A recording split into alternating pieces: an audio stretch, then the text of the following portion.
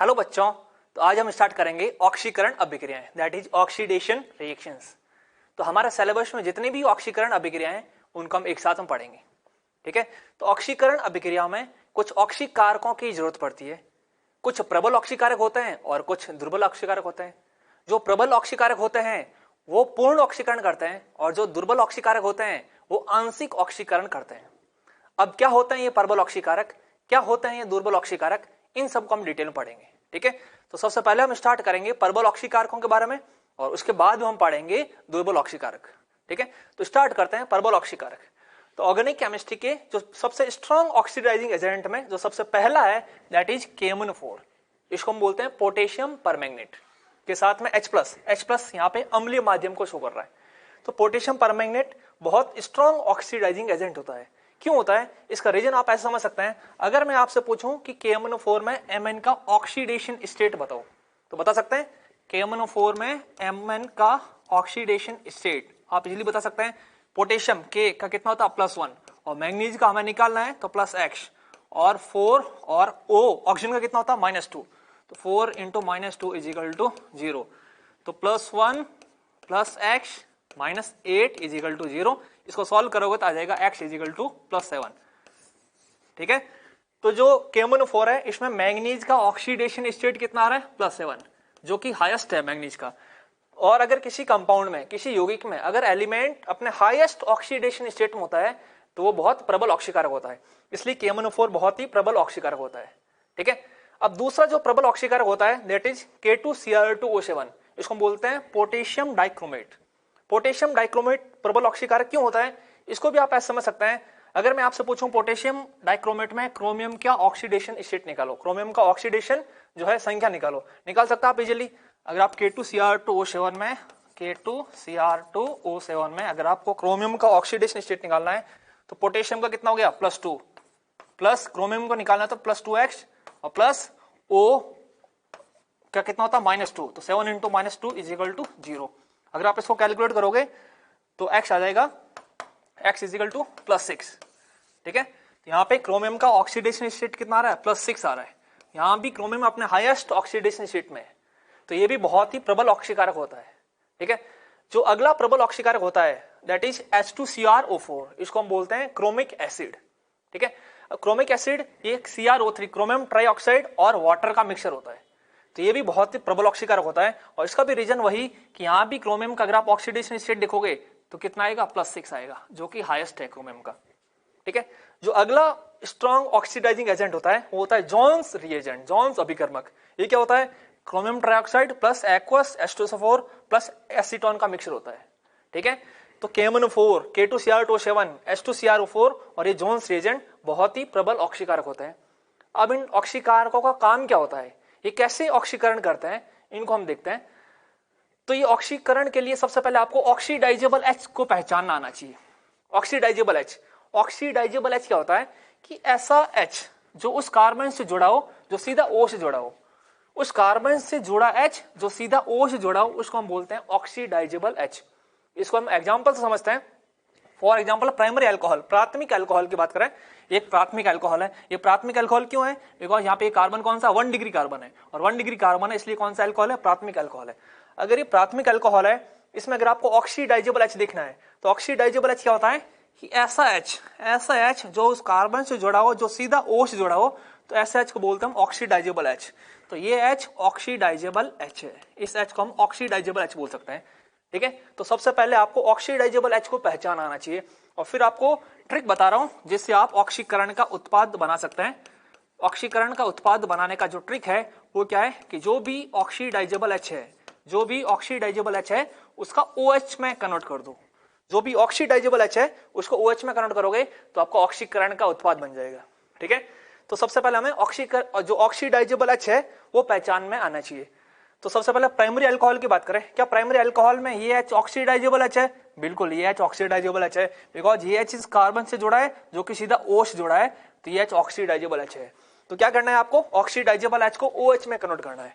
तो ये जो सिंबल है ये ऑक्सीडेशन का सिंबल है। ठीक है, तो अगर ऑक्सीडेशन करोगे तो इस ऑक्सीडाइजेबल H को किस में कन्वर्ट कर दो, OH। इस ऑक्सीडाइजेबल H को OH में कन्वर्ट कर दो, तो ऐसा कुछ बन जाएगा। ठीक है, फिर अगर आप इसको ध्यान से देखोगे तो इसमें एक कार्बन से अटैच दो OH है, और जब भी एक कार्बन से दो OH जुड़े होते हैं तो हम जानते हैं कि वो अनस्टेबल होता है और उसमें से जो वाटर का मॉलिक्यूल है वो निकल जाता है। तो इसमें से भी अगर आप वाटर का मॉलिक्यूल है वो निकालोगे, अगर आप इसमें से वाटर का मॉलिक्यूल निकालोगे तो ऐसा कुछ बन जाएगा, इसको हम बोलते हैं एल्डिहाइड। क्या बोलते हैं इसको हम? एल्डिहाइड। ठीक है, तो प्राइमरी अल्कोहल का ऑक्सीडेशन करता है तो क्या बनता है? एल्डिहाइड। फिर इसमें और देखो, क्या इसमें ऑक्सीडाइजेबल H दिख रहा है? बिल्कुल। क्या इस H को ऑक्सीडाइजेबल H बोल सकते हैं? बिल्कुल, इसको हम ऑक्सीडाइजेबल H बोल सकते हैं, बिकॉज ये H इस कार्बन से जुड़ा है जो कि सीधा O से जुड़ा है, तो इस H को भी हम ऑक्सीडाइजेबल H बोल सकते हैं। तो ऑक्सीडेशन अभी खत्म नहीं हुआ है और आगे ऑक्सीडेशन हो सकता है। तो यहाँ पे जो ये H है ये भी ऑक्सीडाइजेबल H है, तो इसको भी किस में कन्वर्ट कर दो? OH। और जब इसको OH में कन्वर्ट करोगे तो फाइनली एक यौगिक बन जाएगा और इसका नाम है कार्बोक्सिलिक एसिड। ठीक है, तो अगर प्राथमिक अल्कोहल का ऑक्सीकरण करते हैं तो पहले एल्डिहाइड बनता है और फाइनली क्या बन जाता है? Carboxylic acid. ठीक है, तो प्राथमिक अल्कोहल का ऑक्सीकरण करते हैं तो फाइनली कार्बोक्सिलिक एसिड बन जाता है। अब उसी प्रकार सेकेंडरी अल्कोहल का ऑक्सीकरण करते हैं, तो ऑक्सीकरण के लिए सबसे पहले हमें ऑक्सीडाइजेबल H पहचानने में आना चाहिए। तो सेकेंडरी अल्कोहल में ऑक्सीडाइजेबल H को ढूंढो। तो ये सेकेंडरी अल्कोहल है बिकॉज ये कार्बन कौन सा कार्बन? ये 2 डिग्री कार्बन है और इसलिए ये सेकेंडरी अल्कोहल है। इस सेकेंडरी अल्कोहल में ऑक्सीडाइजेबल H ढूंढ सकते हो? क्या इस H को मैं ऑक्सीडाइजेबल H बोल सकता हूँ? बिल्कुल, ये H ऑक्सीडाइजेबल H है बिकॉज ये H ऑक्सीडाइजेबल H है और बिकॉज ये H इस कार्बन से जुड़ा है जो कि सीधा O से जुड़ा है, तो इस H को हम ऑक्सीडाइजेबल H बोल सकते हैं। और जब भी ऑक्सीकरण करना हो, ऑक्सीकरण का ट्रिक आपको बता रखा है कि जो ऑक्सीडाइजेबल H है उसको OH में कन्वर्ट कर दो। तो यहाँ ये H ऑक्सीडाइजेबल H है, इसको किस में कन्वर्ट कर दो? इसको जो है OH में कन्वर्ट कर दो। जैसे ही इसको OH में कन्वर्ट कर दोगे तो ऐसा कुछ बन जाएगा। अब इसको ध्यान से देखें, इसमें एक कार्बन से अटैच दो H है और अगर एक कार्बन से दो OH जुड़ा होता है तो वो अस्थायी होता है और उसमें से वाटर मॉलिक्यूल है वो निकल जाता है। तो अगर आप इससे भी वाटर मॉलिक्यूल निकालोगे, अगर आप इससे भी वाटर मॉलिक्यूल निकालोगे, H2O निकालोगे, तो ऐसा कुछ बन जाएगा, इसको हम बोलते हैं कीटोन। क्या बोलते हैं इसको हम? कीटोन। क्या कीटोन का और आगे ऑक्सीकरण हो सकता है? जैसे यहाँ एल्डिहाइड का तो और आगे ऑक्सीकरण हो गया था, क्या कीटोन का और आगे ऑक्सीकरण हो सकता है? Answer is no, because ketone में ऑक्सीडाइजेबल H ढूंढो। क्या कीटोन में ऑक्सीडाइजेबल H नजर आ रहा है? नो, बिकॉज इस कार्बन से इधर भी R मींस एल्काइल ग्रुप है और उधर भी R मींस एल्काइल ग्रुप है। इस कार्बन से लेफ्ट और राइट दोनों साइड में कहीं भी H नहीं है, मींस इसमें ऑक्सीडाइजेबल H नहीं है और ऑक्सीडाइजेबल H नहीं होने के कारण इसका और आगे ऑक्सीकरण पॉसिबल नहीं है, तो ये कीटोन तक ही रुक जाएगा। बट इस केस में ये एल्डिहाइड आगे किस में कन्वर्ट हो गया था? कार्बोक्सिलिक एसिड में कन्वर्ट हो गया था। तो अगर मैं आपसे पूछूं एल्डिहाइड और कीटोन में से किसका ऑक्सीकरण आसान है, तो आंसर है एल्डिहाइड। और इसका रीजन क्या है कि एल्डिहाइड में ऑक्सीडाइजेबल H उपस्थित होता है और कीटोन में ऑक्सीडाइजेबल H अनुपस्थित होता है। ठीक है, तो प्राइमरी अल्कोहल प्राथमिक अल्कोहल का ऑक्सीकरण करता है तो क्या बनता है? Finally carboxylic acid. उसी तरह अगर आप सेकेंडरी अल्कोहल द्वितीयक अल्कोहल का ऑक्सीकरण करोगे तो फाइनली क्या बनता है? कीटोन। कीटोन तक रुक जाता है।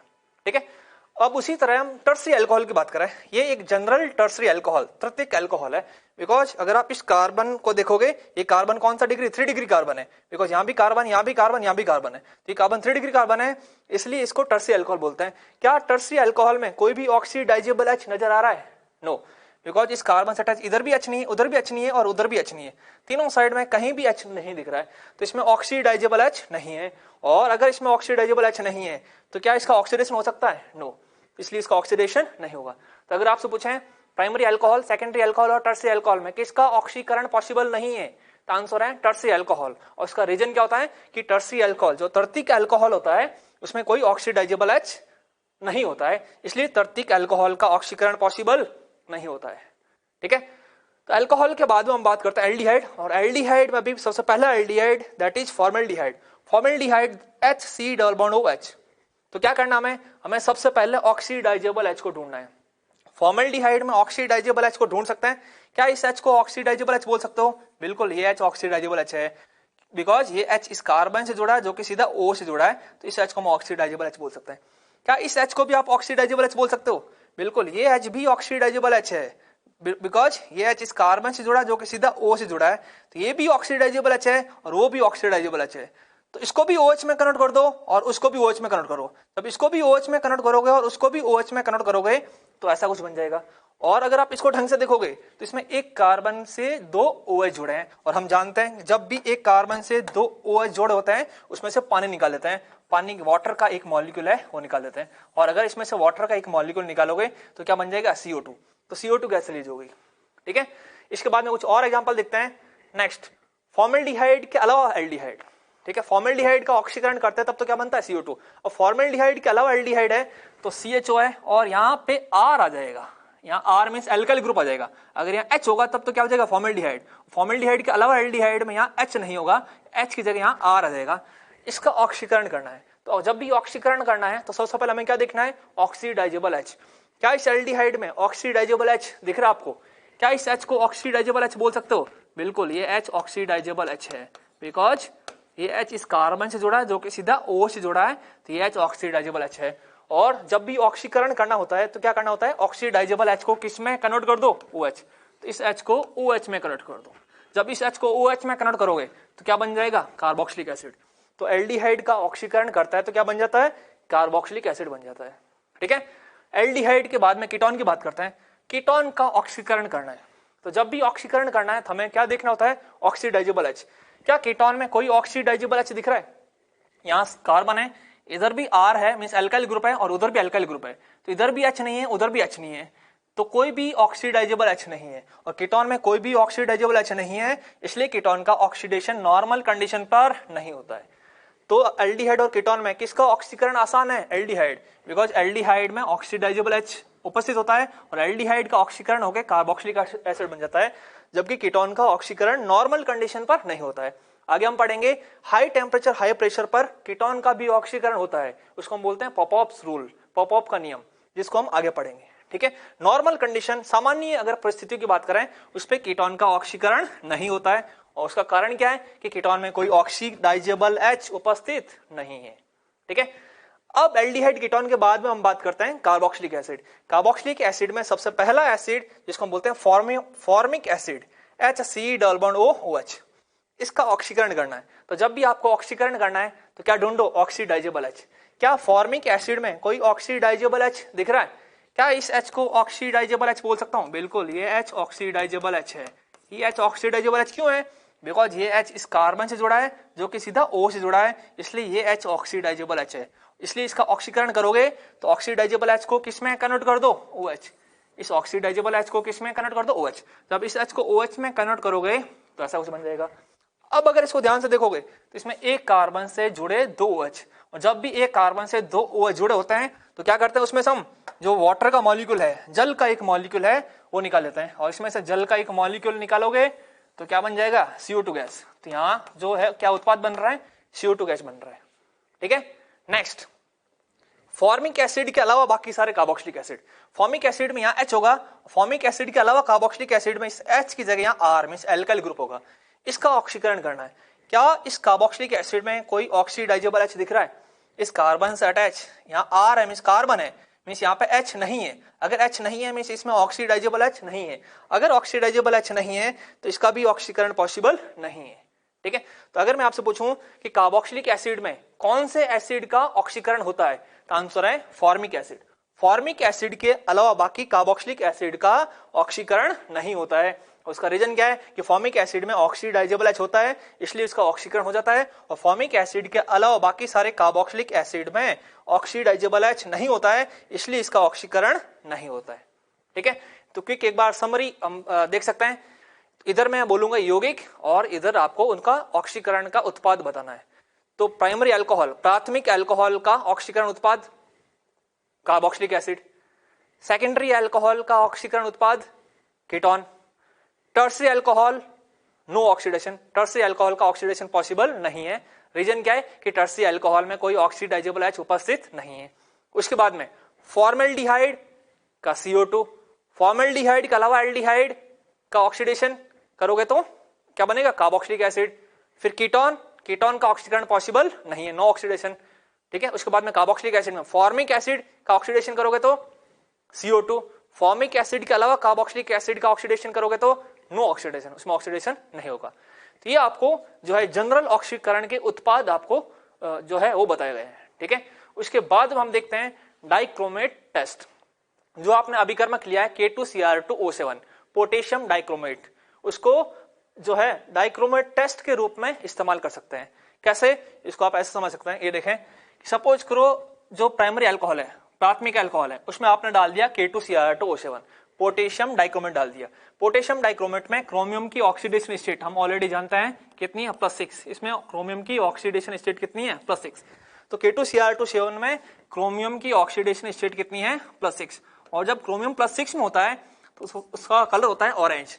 जब क्रोमियम +6 में होता है तो उसका कलर होता है ऑरेंज। ठीक है, तो प्राइमरी अल्कोहल है, प्राथमिक अल्कोहल के अंदर अगर आप K2Cr2O7 डालोगे तो क्या होगा, सोचो। K2Cr2O7 क्या होता है, बहुत ही प्रबल ऑक्सीकारक होता है। अगर ये बहुत ही प्रबल ऑक्सीकारक है तो क्या कर देगा, इसका ऑक्सीकरण कर देगा। और प्राइमरी अल्कोहल, प्राथमिक अल्कोहल का ऑक्सीकरण करोगे तो क्या बनता है, कार्बोक्सिलिक एसिड। तो ये बहुत ही प्रबल ऑक्सीकारक होता है, और प्रबल ऑक्सीकारक होता है इसलिए प्राइमरी अल्कोहल का ऑक्सीकरण कर देता है। और प्राइमरी अल्कोहल का ऑक्सीकरण करके प्राइमरी अल्कोहल को किस में कन्वर्ट कर देता है, प्राइमरी अल्कोहल का ऑक्सीकरण करके उसको किस में कन्वर्ट कर देता है, कार्बोक्सिलिक एसिड में कन्वर्ट कर देता है। तो अगर प्राइमरी अल्कोहल का ऑक्सीडेशन कर रहा है, अगर दूसरे का ऑक्सीडेशन कर रहा है, तो इसका खुद का क्या होगा, खुद का अपचयन होगा, खुद का रिडक्शन होगा। तो अगर खुद का, इसमें क्रोमियम +6 था तो +6 से किस में कन्वर्ट हो जाता है, ये +3 में कन्वर्ट हो जाता है। तो इसको हम बोलते हैं अपचयन, रिडक्शन। क्या बोलते हैं इसको, हम रिडक्शन बोलते हैं। ठीक है, तो इसको वापस समझें।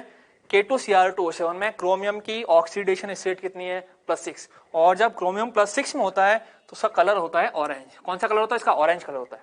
ठीक है, तो ये कौन सा अभिकर्मक है, ये बहुत ही प्रबल ऑक्सीकारक होता है। जब प्राइमरी अल्कोहल के अंदर अगर आप K2Cr2O7 डालोगे तो ये बहुत ही प्रबल ऑक्सीकारक होने के कारण जो प्राइमरी अल्कोहल है, प्राइमरी अल्कोहल को किसमें ऑक्सीकृत कर देगा, प्राइमरी अल्कोहल को कार्बोक्सिलिक एसिड में ऑक्सीकृत कर देगा। तो प्राइमरी अल्कोहल को अगर कार्बोक्सिलिक एसिड में ऑक्सीकृत कर रहा है तो दूसरे का क्या कर रहा है, ऑक्सीडेशन। तो खुद का क्या होगा, रिडक्शन। तो ये +6 से किस में जा रहा है, +3। और ध्यान से सुनना, जो +6 होता है उसका कलर होता है ऑरेंज, और +3 है उसका कलर क्या होता है, ग्रीन। तो कलर चेंज हो रहा है। और अगर किसी भी ऑर्गेनिक रिएक्शन में कलर चेंज हो रहा है तो उस रिएक्शन को टेस्ट की तरह आप यूज कर सकते हो। ठीक है, तो इसमें क्रोमियम +6 से +3 में जा रहा है, उसके कारण इसमें कलर चेंज हो रहा है, और कलर ऑरेंज से किस में हो रहा है, ग्रीन में कन्वर्ट हो रहा है। ठीक है, उसी तरह अगर आप सेकेंडरी अल्कोहल लोगे और उसमें अगर आप K2Cr2O7 डालोगे तो K2Cr2O7 में क्रोमियम का ऑक्सीडेशन स्टेट कितना होता है, +6 होता है, और इस कारण बहुत ही प्रबल ऑक्सीकारक होता है। तो सेकेंडरी अल्कोहल में अगर आप K2Cr2O7 डालोगे तो ये प्रबल ऑक्सीकारक होने के कारण सेकेंडरी अल्कोहल, द्वितीयक अल्कोहल को भी ऑक्सीकृत कर देगा। और ये द्वितीयक अल्कोहल को किसमें ऑक्सीकृत कर देगा, कीटोन। द्वितीयक अल्कोहल को कीटोन में ऑक्सीकृत कर रहा है। अगर द्वितीयक अल्कोहल को कीटोन में ऑक्सीकृत कर रहा है तो खुद का क्या हो जाएगा, खुद का रिडक्शन, अपचयन हो जाएगा, और ये +6 से किस में कन्वर्ट हो जाएगा, +3 में। ठीक है, तो यहाँ +6 का कलर क्या था, ऑरेंज, और +3 का क्या कलर है, ग्रीन। यहाँ भी कलर चेंज हो रहा है, ऑरेंज से ग्रीन में हो रहा है। ठीक है, अब उसी तरह अगर आप तृतीयक अल्कोहल लोगे, टर्सरी अल्कोहल लोगे, और उसमें अगर आप K2Cr2O7 डालोगे, क्या कलर चेंज होगा, क्या टर्सरी अल्कोहल का ऑक्सीकरण पॉसिबल है, नो, बिकॉज टर्सरी अल्कोहल, तृतीयक अल्कोहल में कोई ऑक्सीडाइजेबल H उपस्थित नहीं है, इसलिए जो तृतीयक अल्कोहल है इसका ऑक्सीकरण पॉसिबल नहीं है। तो इसमें K2Cr2O7 डालोगे तो यहाँ क्रोमियम +6 है, क्रोमियम +6 होने के कारण इसका कलर क्या, ऑरेंज। ठीक है, अब इसका ऑक्सीकरण पॉसिबल नहीं है। अगर इसका ऑक्सीकरण ही नहीं होगा तो ये एज इट इज ऐसा ही रह जाएगा, इसका भी जो है अपचयन नहीं होगा, और ये एज इट इज +6 का +6 ही रहेगा। तो +6 क्या, ऑरेंज है, तो ऑरेंज का ऑरेंज ही रहेगा। ठीक है, तो अगर प्राथमिक अल्कोहल लोगे उसमें पोटेशियम डाइक्रोमेट डालोगे, अगर प्राथमिक अल्कोहल लोगे और उसमें अगर आप पोटेशियम डाइक्रोमेट डालोगे तो पोटेशियम डाइक्रोमेट का जो ऑरेंज कलर है वो ग्रीन में कन्वर्ट हो जाएगा। अगर आप द्वितीयक अल्कोहल लोगे उसमें पोटेशियम डाइक्रोमेट डालोगे तो जो पोटेशियम डाइक्रोमेट का ऑरेंज कलर है वो ग्रीन में कन्वर्ट हो जाएगा। अगर आप तृतीयक अल्कोहल लोगे और उसमें अगर K2Cr2O7 पोटेशियम डाइक्रोमेट डालोगे तो उसका ऑरेंज कलर, जो K2Cr2O7 का ऑरेंज कलर है वो ऑरेंज ही रहेगा, कलर चेंज नहीं हो सकता। ठीक है, इसको आप ऐसे समझ सकते हैं, सपोज करो 2 टेस्ट ट्यूब है, एक टेस्ट ट्यूब में प्राइमरी अल्कोहल है, एक टेस्ट ट्यूब में टर्सरी अल्कोहल है। आपको लेबल करना है कि कहां प्राइमरी अल्कोहल है और कहां टर्सरी अल्कोहल है। तो क्या कर सकते हैं, दोनों में क्या डाल दो, दोनों में आप डाल दो पोटेशियम डाइक्रोमेट।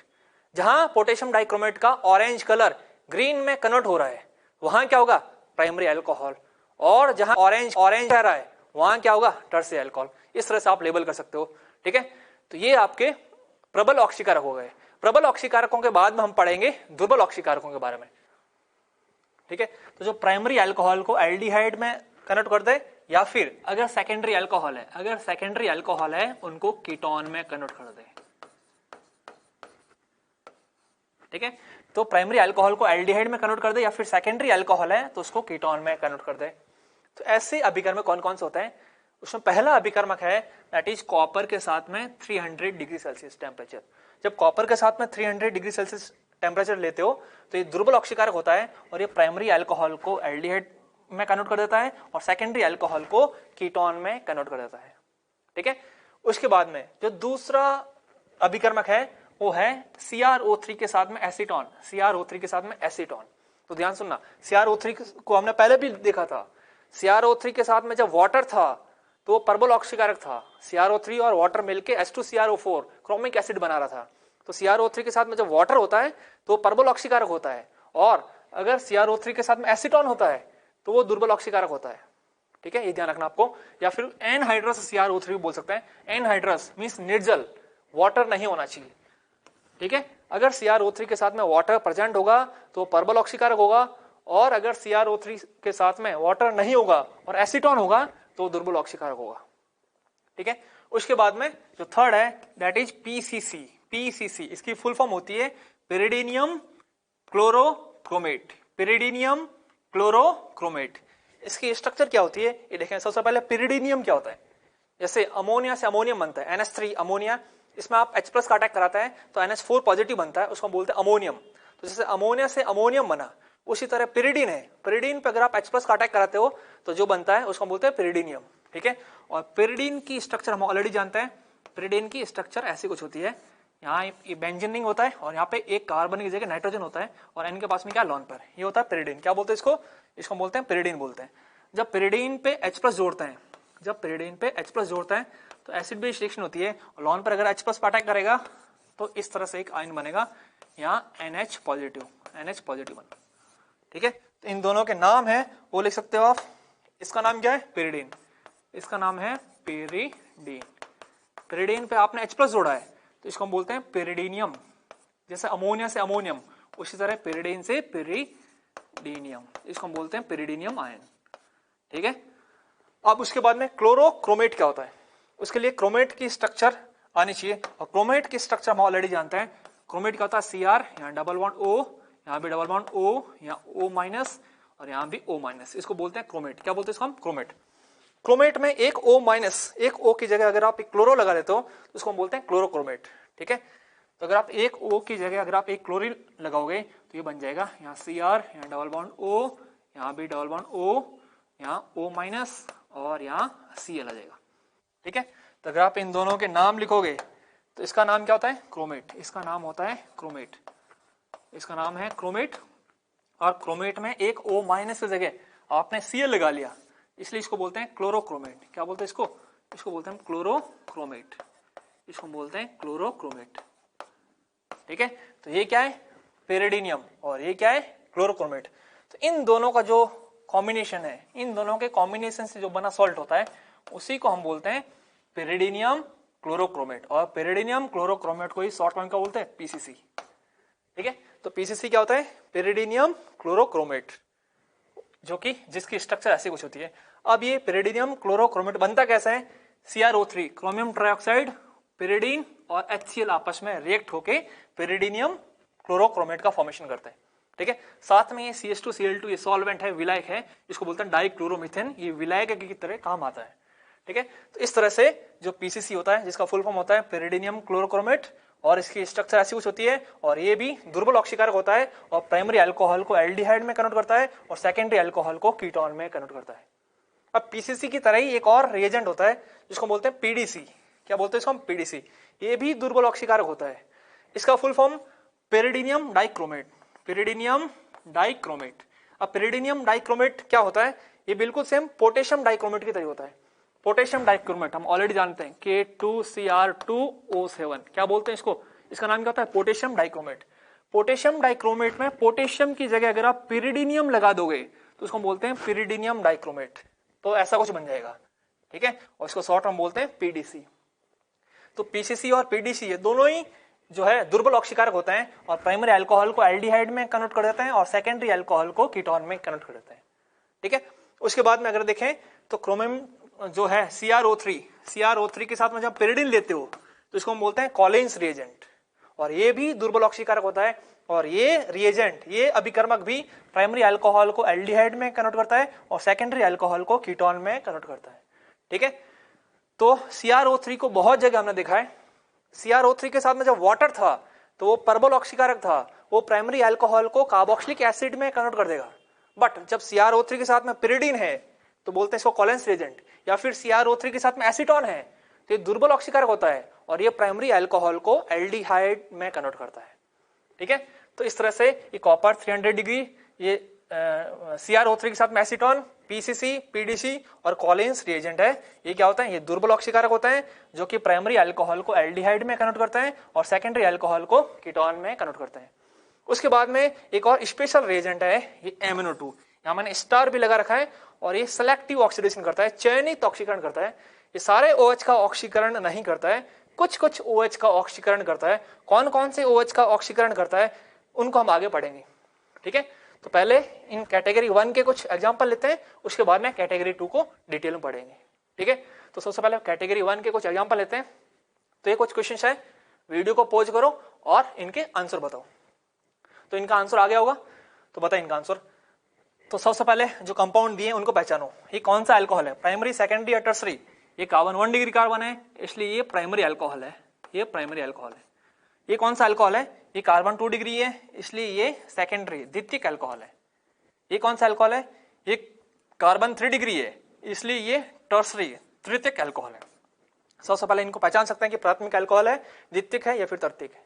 ठीक है, अब इन रिएजेंट्स हैं, इनको पहचानो कि कौन सा स्ट्रॉन्ग ऑक्सीडाइजिंग एजेंट है, कौन सा प्रबल ऑक्सीकारक है और कौन सा माइल्ड ऑक्सीडाइजिंग एजेंट है, कौन सा दुर्बल ऑक्सीकारक है, उनको पहचानो। तो PCC, PDC और कॉपर 300 हमने देखा था कैसे हैं, प्रबल या दुर्बल, दुर्बल। ये माइल्ड ऑक्सीडाइजिंग एजेंट है, ये दुर्बल ऑक्सीकारक है।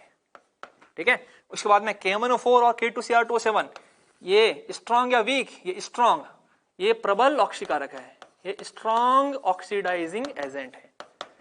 ठीक है, तो जब प्राइमरी अल्कोहल, प्राथमिक अल्कोहल लोगे और PCC, PDC या फिर कॉपर 300 डिग्री सेल्सियस लोगे तो ये क्या होता है, ये माइल्ड ऑक्सीडाइजिंग एजेंट होते हैं, दुर्बल ऑक्सीकारक होते हैं। और दुर्बल ऑक्सीकारक होने के कारण प्राइमरी अल्कोहल को किस में कन्वर्ट कर देंगे, एल्डिहाइड, एल्डिहाइड तक रोक देंगे।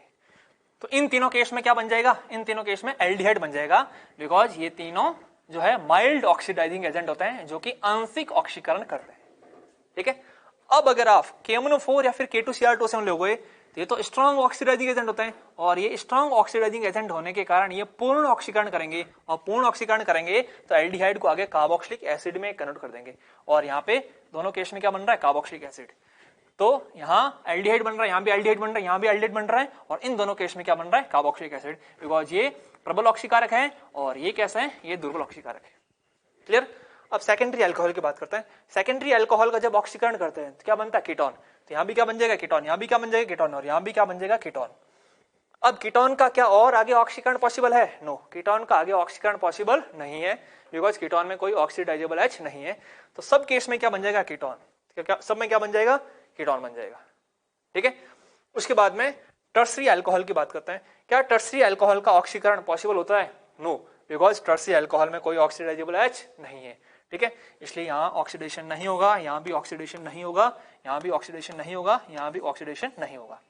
एक चीज आपको ध्यान रखना है कि टर्सरी अल्कोहल के साथ में एकमात्र रिएजेंट दैट इज कॉपर और 300 डिग्री सेल्सियस ये रिएक्ट करता है, और ये रिएक्ट करता है, और ये ऑक्सीडेशन रिएक्शन नहीं होती है, ये निर्जलीकरण अभिक्रिया होती है, डिहाइड्रेशन रिएक्शन होती है। जब टर्सरी अल्कोहल को कॉपर 300 डिग्री सेल्सियस के साथ में ट्रीट करते हैं तो इसमें से वाटर निकल जाता है।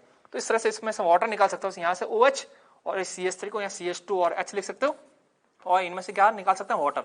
जब इसमें से वाटर निकालोगे तो यहाँ पर डबल बॉन्ड आ जाएगा, और जैसे यहाँ पर डबल बॉन्ड आ जाएगा तो इस तरह से एक अल्कीन बन जाएगी।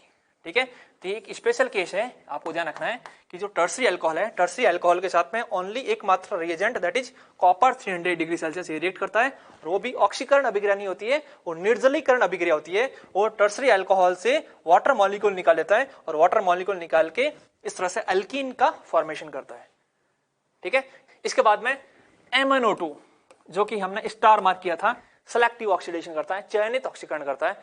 तो MnO2 सारे OH का ऑक्सीकरण नहीं करता है, केवल और केवल एलिलिक अल्कोहल और बेंजिलिक अल्कोहल का ही ऑक्सीकरण करता है। अब क्या होता है ये एलिलिक अल्कोहल और क्या होता है ये benzylic alcohol? Allyl, allyl radical, allyl जो है मूलक आप जानते हैं CH2 डबल बॉन्ड CH और यहाँ CH2 और वैलेंसी फ्री, इसको बोलते हैं एलाइल। तो यहाँ कार्बन हो और यहाँ इससे अगर अटैच OH हो, ठीक है, तो इस OH को हम बोलते हैं एलाइलिक OH। क्या बोलते हैं इसको हम? Allylic OH। तो इसको हम बोलते हैं allylic OH। Similarly benzylic OH क्या होता है? ये बेंजीन रिंग और यहाँ कार्बन और इससे अटैच अगर OH हो, यहाँ वैलेंसी फ्री, और अगर इससे अटैच OH हो तो इस OH को हम बोलते हैं बेंजाइलिक OH। क्या बोलते हैं इसको हम? Benzylic OH। ठीक है, तो MnO2 सारे OH का ऑक्सीकरण नहीं करता है, चुन चुन के या तो एलाइलिक OH या फिर बेंजाइलिक OH का ही ऑक्सीकरण करता है। ठीक है, इसको हम एग्जांपल समझ सकते हैं। ये एग्जांपल है, इसको सॉल्व करना आपको। तो यहां बताएं, एक बार इसके रिएक्शन हमने PCC से कराया और एक बार इसके रिएक्शन हमने MnO2 से कराया। उत्पाद बना सकते हैं आप, वीडियो को पॉज करो और इनके उत्पाद बनाओ। तो आंसर आ गया होगा आपका। हाँ, तो बताएं ये OH कौन सा? प्राइमरी, सेकेंडरी या टर्सरी? ये कार्बन कौन सा है? 1 डिग्री कार्बन है, इसलिए ये OH कौन सा है? प्राइमरी अल्कोहल है। ये कार्बन कौन सा? 2 डिग्री है, इसलिए OH कौन सा हो गया? 2 डिग्री। तो ये प्राइमरी अल्कोहल है और ये कौन सा? सेकेंडरी अल्कोहल है। अगर आप इसके रिएक्शन PCC से करोगे, PCC कैसा ऑक्सीकारक? प्रबल या दुर्बल? दुर्बल। तो PCC दुर्बल ऑक्सीकारक है, तो इसलिए प्राइमरी अल्कोहल को किस में कन्वर्ट कर देगा? एल्डिहाइड। और सेकेंडरी अल्कोहल को किस में कन्वर्ट कर देगा? कीटोन। तो प्राइमरी को जो है प्राइमरी को एल्डिहाइड में कन्वर्ट कर देगा और सेकेंडरी को कीटोन में कन्वर्ट करेगा। तो ऐसा कुछ बन जाएगा। इसमें यहाँ पे ये कौन सा ग्रुप है? ये एल्डिहाइड ग्रुप है और ये कौन सा ग्रुप है? ये कीटोन ग्रुप है। क्लियर? अब अगर इसके रिएक्शन MnO2 से करोगे तो MnO2 हम जानते हैं ओनली एलिलिक और बेंजिलिक OH का ही ऑक्सीकरण करता है, सबका ऑक्सीकरण नहीं करता है। तो इस OH को क्या हम बेंजाइलिक OH बोल सकते हैं? बिल्कुल, बेंजीन से अटैच कार्बन है, इससे अटैच OH है, इसलिए इसको हम बेंजाइलिक OH बोल सकते हैं। तो ये वाला OH बेंजाइलिक OH है और ये वाला OH ना ही एलाइलिक है और ना ही बेंजाइलिक है, इसलिए MnO2 किसका ऑक्सीडेशन करेगा? MnO2 इस OH का ऑक्सीडेशन करेगा, इसका ऑक्सीडेशन नहीं करेगा। तो MnO2 के केस में ओनली इसी का ही ऑक्सीकरण होगा और इसका ऑक्सीकरण नहीं होगा, ये एज इट इज ऐसा ही रहेगा और ऐसा कुछ उत्पाद बन जाएगा। तो ये वाला OH एज इट इज ऐसे ही रह रहा है और यहाँ इसका ऑक्सीकरण हो रहा है। ठीक है, तो इस तरह से आप कर सकते हैं। अब कैटेगरी 1 के बाद में हम स्टार्ट करेंगे कैटेगरी 2। तो सबसे पहले हमने प्रबल ऑक्सीकारकों की बात करी थी। प्रबल ऑक्सीकारक कौन कौन से थे? KMnO4, K2Cr2O7, Johns reagent etcetera. उनका काम क्या था? वो प्राइमरी अल्कोहल को कार्बोक्सिलिक एसिड में कन्वर्ट कर रहे थे। ठीक है, उसके बाद में दुर्बल ऑक्सीकारकों की शुरुआत करी और दुर्बल ऑक्सीकारकों को हमने 2 पार्ट में डिवाइड किया, कैटेगरी 1 और कैटेगरी 2। कैटेगरी 1 में जो 1 डिग्री अल्कोहल को एल्डिहाइड में कन्वर्ट कर दे, और वो कौन कौन से थे? PCC, PDC, CrO3 के साथ में एसीटोन, CrO3 के साथ में pyridine एक्सेट्रा। ठीक है, और अब हम कैटेगरी 2 वाले जो दुर्बल ऑक्सीकारक है उनकी शुरुआत कर रहे हैं। कैटेगरी 2 में कौन सा थे? कि जो एल्डिहाइड को कार्बोक्सिलिक एसिड में कन्वर्ट करे। तो एल्डिहाइड को अगर आपको कार्बोक्सिलिक एसिड में कन्वर्ट करना है तो ऐसे 4 अभिकर्मक होते हैं। वो कौन कौन से होते हैं? पहला अभिकर्मक होता है टॉलेन अभिकर्मक, दूसरा फेलिंग विलियन, तीसरा बेनेडिक्ट विलियन और चौथा सिफ अभिकर्मक। टॉलेन अभिकर्मक को शॉर्ट में हम TR लिखेंगे, टॉलेन रिएजेंट, और फेलिंग विलियन को शॉर्ट में हम FS लिखेंगे, फेलिंग सॉल्यूशन। बेनेडिक्ट विलियन को हम शॉर्ट में BS लिखेंगे, बेनेडिक्ट सॉल्यूशन, और सिफ अभिकर्मक को हम शॉर्ट में SR लिखेंगे, दैट इज सिफ रिएजेंट। ठीक है, तो क्या होते हैं इनको एक एक करके सबको हम डिटेल में पढ़ते हैं। तो सबसे पहले शुरुआत करते हैं टॉलेन अभिकर्मक, टॉलेन रिएजेंट। तो टॉलेन रिएजेंट क्या होता है कि जो अमोनिकल सिल्वर नाइट्रेट होता है उसको हम बोलते हैं टॉलेन रिएजेंट। जो अमोनिया में सिल्वर नाइट्रेट होता है उसको हम बोलते हैं टॉलेन रिएजेंट। तो एक AgNO3 क्या होता है? सिल्वर नाइट्रेट होता है और इसको अमोनिया में करने के लिए साथ में NH4OH मिलाते हैं, NH4OH बेस मिलाते हैं। तो AgNO3 और NH4OH मिलके जो बनता है उसको हम बोलते हैं टॉलेन अभिकर्मक। ठीक है, और ये AgNO3 और NH4OH मिलके एक कोऑर्डिनेशन कंपाउंड ऐसा कुछ बनता है, ये भी टॉलेंस अभिकर्मक है। इसका नाम क्या है? डाईअमीन सिल्वर 1 हाइड्रोक्साइड। ठीक है, तो एग्जाम में कभी कभी डायरेक्ट टॉलेन अभिकर्मक दिया होता है, कभी कभी ये कोऑर्डिनेशन कंपाउंड भी दिया होता है, और कभी कभी AgNO3 प्लस NH4OH भी दिया होता है। इन सब की जो है काम सेम होता है कि सारे क्या होते हैं, टॉलेन अभिकर्मक होते हैं और ये एल्डिहाइड को कार्बोक्सिलिक एसिड में कन्वर्ट करते हैं। ठीक है, और इसमें NH4OH होता है। NH4 क्या NH4OH है वो क्या होता है, बेस होता है, इसलिए जो ये अभिक्रिया है वो क्षारीय माध्यम होती है। ठीक है, तो ये अभिक्रिया कैसे होती है कि सपोज करो कोई आप एल्डिहाइड लोगे, क्या लोगे, कोई आप एल्डिहाइड लोगे, अगर आप एल्डिहाइड में टॉलेन अभिकर्मक मिलाओगे, अगर आप एल्डिहाइड में टॉलेन अभिकर्मक मिलाओगे तो टॉलेन अभिकर्मक क्या करता है, इस एल्डिहाइड को ऑक्सीडाइज कर देता है। टॉलेन अभिकर्मक इस एल्डिहाइड को कार्बोक्सिलिक एसिड में ऑक्सीडाइज कर देता है। तो ये एल्डिहाइड से पहले यहाँ कार्बोक्सिलिक एसिड बनता है, RCOH कार्बोक्सिलिक एसिड बनता है, और फिर हमें पता है कि इसमें जो है क्षारीय माध्यम है, तो ये एसिड और बेस आपस में रिएक्शन करके इस तरह से एक एनाइन बन जाता है, उसको बोलते हैं कार्बोक्सिलेट जो है एनाइन। तो यहाँ क्या हो रहा है, ऑक्सीडेशन हो रहा है। एल्डिहाइड किस में कन्वर्ट हो रहा है, कार्बोक्सिलिक एसिड है उसका anion, that is carboxylate anion में ऑक्सीडाइज हो रहा है। तो यहाँ पे ये क्या हो रहा है, ये ऑक्सीडेशन हो रहा है। तो क्या हो रहा है, ऑक्सीडेशन। तो टॉलेन रिएजेंट एल्डिहाइड को क्या कर रहा है, ऑक्सीडाइज कर रहा है। अगर दूसरे को ऑक्सीडाइज कर रहा है तो टॉलेन रिएजेंट खुद का क्या होगा, खुद का रिडक्शन होगा, खुद का अपचयन होगा। तो अगर आप यहाँ पे Ag है, Ag का ऑक्सीडेशन स्टेट निकालोगे तो क्या आएगा, +1 आएगा। तो जो टॉलेन रिएजेंट है उसमें सिल्वर का जो ऑक्सीकरण जो स्टेट है वो क्या होता है, +1। तो टॉलेन रिएजेंट में जो Ag है, Ag का ऑक्सीडेशन स्टेट कितना होता है, +1 है, तो Ag +1 में होता है। और यहाँ रिएक्शन होने के बाद में क्या हो रहा है, Ag, और यहाँ Ag में जो ऑक्सीडेशन स्टेट कितना है, यहाँ पे ऑक्सीडेशन स्टेट कितना है, 0 है। तो +1 से कहाँ जा रहा है, 0, +1 से 0 जाना क्या हो गया, अपचयन हो गया, या फिर इसको हम बोल सकते हैं रिडक्शन। ठीक है, तो टॉलेन रिएजेंट एल्डिहाइड को तो कार्बोक्सिलेट अनाइन में क्या कर रहा है, ऑक्सीडाइज कर रहा है, और खुद का क्या हो रहा है, रिडक्शन हो रहा है, और यहाँ Ag बन रहा है। और Ag बनने के कारण ही जो ये टेस्ट ट्यूब के चारों तरफ इस तरह का एक सिल्वर मिरर बन जाता है। ठीक है, तो अगर सपोज करो बीकर में आप एल्डिहाइड लोगे और उस एल्डिहाइड में टॉलेंस रिएजेंट डालोगे तो एल्डिहाइड तो जो है कार्बोक्सिलेट अनाइन में कन्वर्ट हो जाएगा, और जो टॉलेन रिएजेंट है वो Ag में कन्वर्ट हो जाएगा, और Ag में कन्वर्ट होने के कारण जो टेस्ट ट्यूब जो है उसके चारों तरफ इस तरह से सिल्वर मिरर बन जाता है, जो रजत दर्पण है वो बन जाता है। ठीक है, अगर एल्डिहाइड की जगह आप कीटोन लोगे तो ये रिएक्शन नहीं होती है। ठीक है, इसलिए इस टॉलेन रिएजेंट का उपयोग एल्डिहाइड और कीटोन को अलग अलग करने में कर सकते हैं। सपोज करो एक बीकर है उसमें एल्डिहाइड है और एक बीकर है उसमें कीटोन है, आपको चेक करना है कि कहाँ एल्डिहाइड है और कहाँ कीटोन है, आपको लेबल करना है। तो कैसे कर सकते हैं, दोनों में हम टॉलेंस अभिकर्मक डाल सकते हैं। जहां सिल्वर मिरर बन रहा है, जहां चांदी चमक रही है इस तरह से, तो जहां सिल्वर मिरर बन रहा है वहां क्या होगा, एल्डिहाइड, और दूसरा क्या हो गया, कीटोन। तो इस तरह से एल्डिहाइड और कीटोन को विभेदित जो है, इस तरह से एल्डिहाइड और कीटोन को विभेदित करने के लिए टॉलेन अभिकर्मक का इस्तेमाल कर सकते हैं। ठीक है, तो यही लिखा है कि एल्डिहाइड को जब टॉलेन अभिकर्मक के साथ गर्म करते हैं तो सिल्वर धातु Ag जो है सिल्वर मेटल, सिल्वर धातु बनने के कारण चमकदार सिल्वर दर्पण बन जाता है। टेस्ट ट्यूब के चारों तरफ इस तरह से जो है सिल्वर दर्पण बन जाता है, ऐसा लगता है कि टेस्ट ट्यूब के चारों तरफ जो है सिल्वर जो है मिरर बन जाता है। क्लियर। उसके बाद में जो एल्डिहाइड है वो संगत कार्बोक्सिलेट रेनाइन में ऑक्सीकृत हो रहा है, और यह अभिक्रिया क्षारीय माध्यम में हो रहा है। तो अगर आप एल्डिहाइड लोगे यहाँ पे क्या एल्डिहाइड है और टॉलेन अभिकर्मक के साथ रिएक्शन करोगे तो क्या बनेगा, सिल्वर मिरर बनेगा। क्या बनेगा, सिल्वर मिरर बनेगा। और अगर कीटोन लोगे तो रिएक्शन नहीं होगा। इसीलिए एल्डिहाइड और कीटोन को अलग अलग करने के लिए टॉलेन अभिकर्मक का इस्तेमाल कर सकते हैं। तो वही यहाँ लिखा है कि टॉलेन अभिकर्मक एल्डिहाइड एवं कीटोन को अलग अलग करने में उपयोग में आता है। क्लियर। अब हम देखेंगे कि टॉलेन अभिकर्मक किस किस के साथ में रिएक्शन करता है।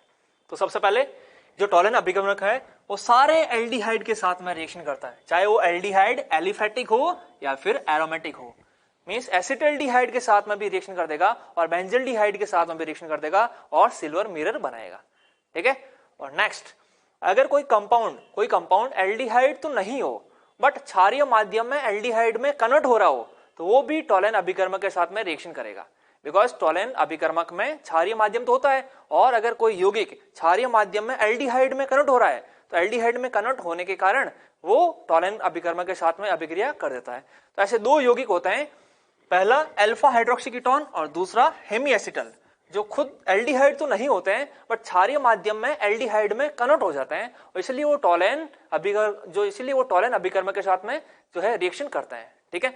तो सबसे पहले अल्फा हाइड्रोक्सी कीटोन, यहाँ ये C डबल बॉन्ड O क्या कीटोन के अल्फा पोजीशन पर OH ग्रुप है, जो ये कीटोन है, कीटोन के अल्फा पोजीशन पर OH आ रहा है, इसलिए इसको बोलते हैं अल्फा हाइड्रोक्सी कीटोन। ठीक है, तो ये यहाँ पे कीटोन ग्रुप है, फिर भी ये टॉलेन अभिकर्मक के साथ में रिएक्शन देता है, टॉलेन टेस्ट है देता है।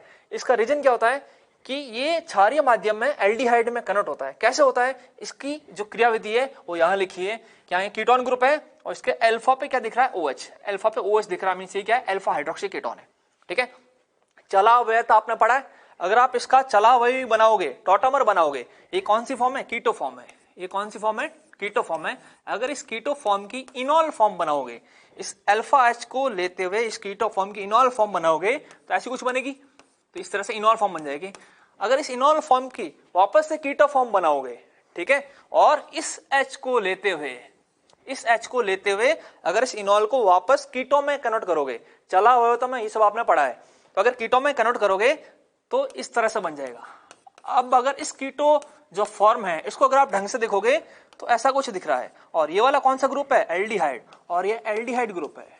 ठीक है, तो यहां कौन सा ग्रुप था, कीटोन, और ये चला व्यवस्था के कारण किस में कन्वर्ट हो गया, एल्डिहाइड, और एल्डिहाइड तो टॉलेन अभिकर्मक के साथ रिएक्शन करता है, इसलिए जो अल्फा हाइड्रोक्सी कीटोन होते हैं वो टॉलेन अभिकर्मक के साथ रिएक्शन करते हैं। ठीक है, तो ग्लूकोज और फ्रक्टोज की अगर आपको बात करें, आपको बताना है कि इनमें से कौन टॉलेन अभिकर्मक के साथ रिएक्शन करता है।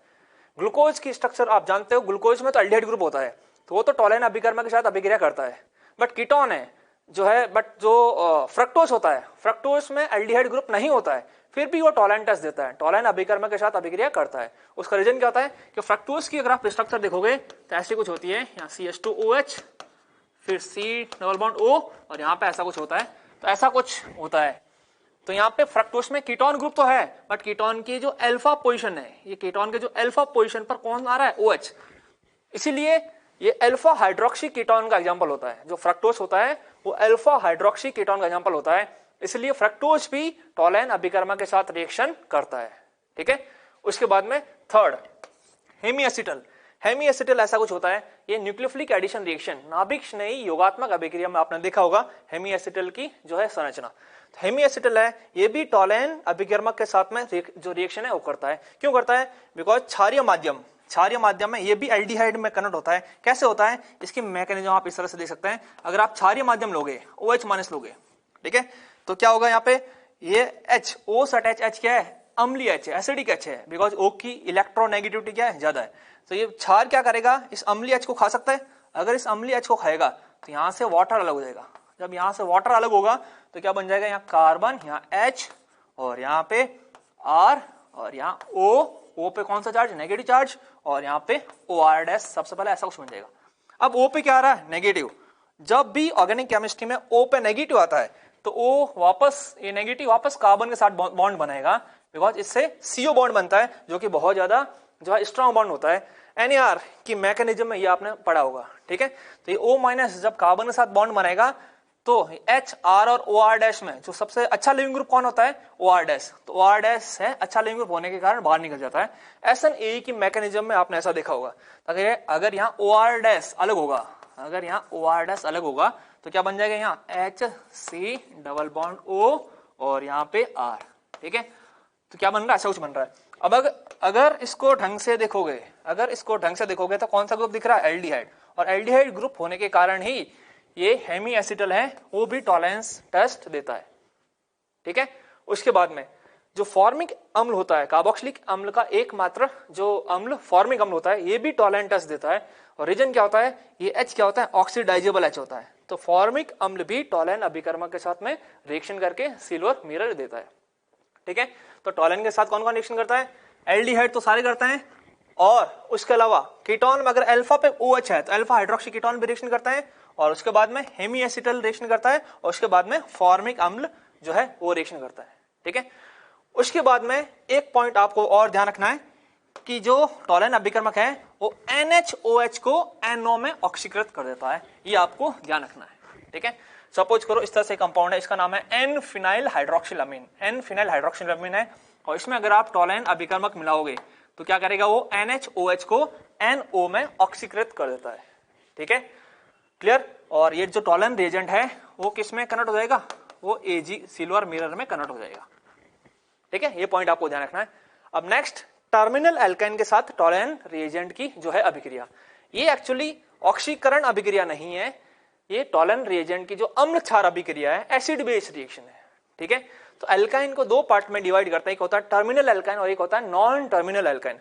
अगर ट्रिपल बॉन्ड साइड में हो तो इसको हम बोलते हैं टर्मिनल एल्काइन। क्या बोलते हैं इसको हम? Terminal alkyne. और अगर ट्रिपल बॉन्ड बीच में हो तो इसको हम बोलते हैं नॉन टर्मिनल एल्काइन। इसको हम बोलते हैं नॉन टर्मिनल एल्काइन। दोनों में डिफरेंस क्या होता है कि जो टर्मिनल एल्काइन है उसमें ट्रिपल बॉन्ड साइड में होने के कारण, ट्रिपल बॉन्ड साइड में होने के कारण जो ये H है वो H क्या होता है? एसिडिक H होता है। ये H जो है अम्लीय होता है। और ये H अम्लीय क्यों होता है? इसका रीजन क्या है कि ये जो कार्बन है, इस कार्बन का संकरण क्या है? इस कार्बन का संकरण Sp है। ठीक है, और Sp संकरण के कारण इस कार्बन की जो इलेक्ट्रोनेगेटिविटी है, विद्युत ऋणता है, बहुत ज्यादा होती है। और अगर किसी एटम की En बहुत ज्यादा हो तो उससे अटैच जो H होता है वो नेचर में क्या होता है? अम्लीय होता है, एसिडिक H होता है। ठीक है, तो जब इसकी रिएक्शन टॉलेन रिएजेंट के साथ करोगे, टॉलेन अभिकर्मक में क्या होता है? AgNO3 plus NH4OH। अब NH4OH क्या होता है? क्षार होता है, बेस होता है। ठीक है, तो टर्मिनल एल्काइन में एसिडिक H है और टॉलेन अभिकर्मक में क्षार है। तो इस तरह से यहाँ पे एसिड बेस रिएक्शन हो जाती है। कौन सी रिएक्शन हो जाती है? एसिड बेस रिएक्शन हो जाती है। और अगर एसिड बेस रिएक्शन होगा तो यहाँ NH4 प्लस है और NH4 प्लस है और OH माइनस है। अगर ये OH माइनस इस एसिडिक H को खाएगा तो OH माइनस और H मिलके जो वाटर है वो अलग हो रहा है। और यहां से अगर NH4 और NO3 को मिलके अगर आप NH4 NO3 अलग कर दोगे तो यहाँ पे यहाँ C नेगेटिव और Ag प्लस मिलके इस तरह से एक सॉल्ट बन जाता है। इसको हम बोलते हैं सिल्वर एसिटाइलाइड।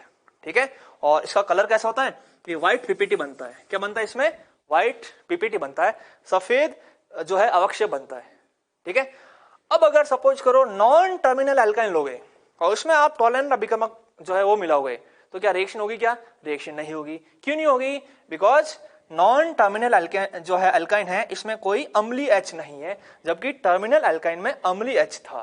तो यहाँ पे एसिड बेस रिएक्शन हो जाएगी, बट यहाँ पे एसिड बेस रिएक्शन नहीं होगी। ठीक है, तो यहाँ पे एसिड बेस रिएक्शन से जो है व्हाइट पीपीटी बनेगा, सफेद अवक्षेप बनेगा, बट यहाँ पे सफेद अवक्षेप नहीं बनेगा। तो इस तरह से एक टर्मिनल एल्काइन है और एक नॉन टर्मिनल एल्काइन है, उनको विभेदित करना है तो आप टॉलेन अभिकर्मक का इस्तेमाल कर सकते हो। कैसे? कि सपोज करो एक बीकर में टर्मिनल एल्काइन है और एक बीकर में नॉन टर्मिनल एल्काइन है। आपको चेक करना है कि कहां टर्मिनल एल्काइन है और कहां नॉन टर्मिनल एल्काइन है। तो क्या कर लो, दोनों में टॉलेन अभिकर्मक मिला दो। जहां सफेद अवक्षेप बन रहा है तो वो टर्मिनल एल्काइन होगी और दूसरा क्या होगा? नॉन टर्मिनल एल्काइन होगा। क्लियर? इसके बाद में सेकेंड अभिकर्मक देखते हैं, that is Fehling solution. Fehling solution क्या होता है? ये फेलिंग ए और फेलिंग बी का जो है वो मिक्सचर होता है। फेलिंग ए क्या होता है? एक्वस CuSO4 कॉपर सल्फेट का एक्वस सॉल्यूशन। ठीक है, और फेलिंग बी क्या होता है?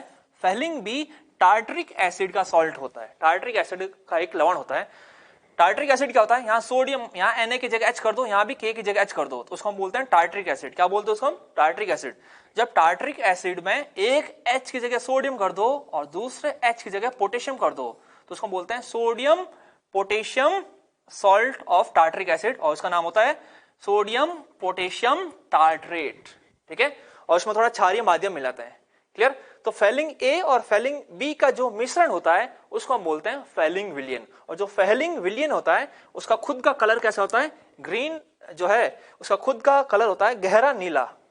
ठीक है, अब फेलिंग विलियन कैसे अभिक्रिया करता है ये देखें। तो सपोज करो एल्डिहाइड है, एल्डिहाइड के साथ में आपने फेलिंग विलियन मिला दिया। ठीक है, बिल्कुल सेम है जैसे वहां टॉलेन एल्डिहाइड को ऑक्सीडाइज कर रहा था, यहां भी फेलिंग क्या कर रहा है? इस एल्डिहाइड को कार्बोक्सिलेट में क्या कर रहा है? ऑक्सीडाइज कर रहा है। तो यहाँ पे क्या हो रहा है? ऑक्सीडेशन हो रहा है। अगर यहाँ ऑक्सीडेशन हो रहा है तो फेलिंग खुद का क्या होगा? खुद का रिडक्शन होगा। अच्छा, फेलिंग जो विलियन है उसमें कॉपर का ऑक्सीडेशन स्टेट बता सकते हो? फेलिंग विलियन में कॉपर सल्फेट था और यहाँ पे कॉपर जो है किसमें? +2 में है। कॉपर किसमें है? +2 में। तो फेलिंग विलियन में जो कॉपर होता है वो +2 ऑक्सीकरण जो है स्टेट में होता है। तो फेलिंग विलियन है इसमें कॉपर किसमें है? इसमें कॉपर +2 में है और ये किसमें कन्वर्ट हो रहा है? Cu2O, cuprous oxide. Cuprous oxide में कॉपर की ऑक्सीडेशन स्टेट देखोगे तो क्या है? +1। तो क्या यहाँ पे +1 आ रही है। ठीक है, तो यहाँ जो एल्डिहाइड है, एल्डिहाइड का क्या हो रहा है, ऑक्सीकरण हो रहा है, और जो फेलिंग सॉल्यूशन है इसका खुद का क्या हो रहा है, खुद का अपचयन हो रहा है, खुद का क्या हो रहा है, रिडक्शन हो रहा है, बिकॉज यहाँ कॉपर +2 से किस में जा रहा है, +1 में जा रहा है। और जो क्यूप्रस ऑक्साइड होता है उसका कलर होता है ब्राउन रेड, भूरा लाल, कैसा होता है, ब्राउन रेड होता है। ठीक है, अगर एल्डिहाइड की जगह कीटोन लोगे तो यहाँ अभिक्रिया नहीं होगी और ये ब्राउन रेड कलर नहीं आएगा। ठीक है, इसलिए एल्डिहाइड और कीटोन को विभेदित करने के लिए फेलिंग जो सॉल्यूशन है उसका भी इस्तेमाल कर सकते हो, कि एक बीकर है उसमें एल्डिहाइड है और दूसरे बीकर में क्या है, कीटोन है, आपको चेक करना है कहाँ एल्डिहाइड है कहाँ कीटोन है, क्या कर सकते हैं उसमें फेलिंग विलियन भी डाल सकते हैं, जहां भूरा लाल कलर आएगा, जहां ब्राउन रेड कलर आएगा वहां क्या होगा, एल्डिहाइड, और दूसरा क्या होगा, दूसरा कीटोन होगा। क्लियर? तो इस तरह से एल्डिहाइड है वो फेलिंग सॉल्यूशन के साथ गर्म करने पर भूरा लाल अवक्षेप है वो बनता है, और जो एल्डिहाइड खुद है वो किसमें कन्वर्ट हो रहा है, कार्बोक्सिलेट रेनाइन में कन्वर्ट हो रहा है। तो एल्डिहाइड के साथ में रिएक्शन करोगे तब तो क्या बन जाएगा, ब्राउन रेड जो पीपीटी है वो बन जाएगा, ब्राउन रेड पीपीटी बन जाएगा। और कीटोन के साथ रिएक्शन करोगे तो ब्राउन रेड पीपीटी नहीं बनेगा, इसलिए एल्डिहाइड और कीटोन को अलग अलग करने के लिए फेलिंग विलियन का इस्तेमाल कर सकते हैं। क्लियर? उसके बाद में जो टॉलेन टेस्ट देते हैं, जो कंपाउंड टॉलेन टेस्ट देते हैं वो सारे के सारे फेलिंग विलियन के साथ में भी रिएक्शन करते हैं। ठीक है, एक्सेप्ट किनको छोड़ के, एरोमेटिक एल्डिहाइड को छोड़ के। तो टॉलेन तो एलिफेटिक और एरोमेटिक दोनों एल्डिहाइड को ऑक्सीकृत कर रहा था, बट फेलिंग जो है वो ओनली एलिफेटिक को ऑक्सीकृत करता है, एरोमेटिक को ऑक्सीकृत नहीं करता है। कहने का मतलब अगर सपोज करो बेंजल्डिहाइड, अगर बेंजल्डिहाइड है, बेंजल्डिहाइड को ऑक्सीकृत करना है तो आप किसका इस्तेमाल करोगे, टॉलेन का या फिर फेलिंग का, टॉलेन या फिर फेलिंग में किसका इस्तेमाल करोगे? अगर बेंजल्डिहाइड को ऑक्सीडाइज करना है, अगर बेंजल्डिहाइड को ऑक्सीडाइज करना है तो टॉलेन तो बेंजल्डिहाइड को ऑक्सीडाइज कर देगा, बट फेलिंग जो है वो बेंजल्डिहाइड को ऑक्सीकृत नहीं करता है। ठीक है, तो टॉलेन तो एलिफेटिक और एरोमेटिक सारे एल्डिहाइड को ऑक्सीकृत करता है, बट फेलिंग ओनली एलिफेटिक को ही ऑक्सीकृत करता है, एरोमेटिक को ऑक्सीकृत नहीं करता है। ठीक है, बस ये पॉइंट आपको ध्यान रखना है, बाकी बिल्कुल टॉलेन की तरह ही है। ठीक है, उसके बाद में आते हैं थर्ड अभिकर्मक, उसका नाम है बेनेडिक्ट विलियन। ठीक है, ये बिल्कुल फेलिंग विलियन की तरह ही है।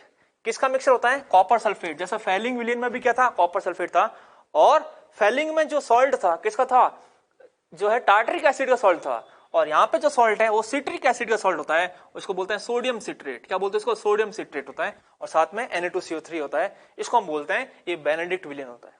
ठीक है, अभिक्रिया कैसे होती है कि आप एल्डिहाइड लोगे, एल्डिहाइड में अगर बेनेडिक्ट विलियन मिलाओगे तो ये एल्डिहाइड को तो क्या कर देगा, एल्डिहाइड को तो कर देगा ऑक्सीकृत, एल्डिहाइड का तो कर देगा ऑक्सीडेशन, और खुद का क्या हो जाएगा, रिडक्शन। जो बेनेडिक्ट विलियन है इसमें भी अगर आप कॉपर को देखोगे तो कॉपर किसमें है, +2 में।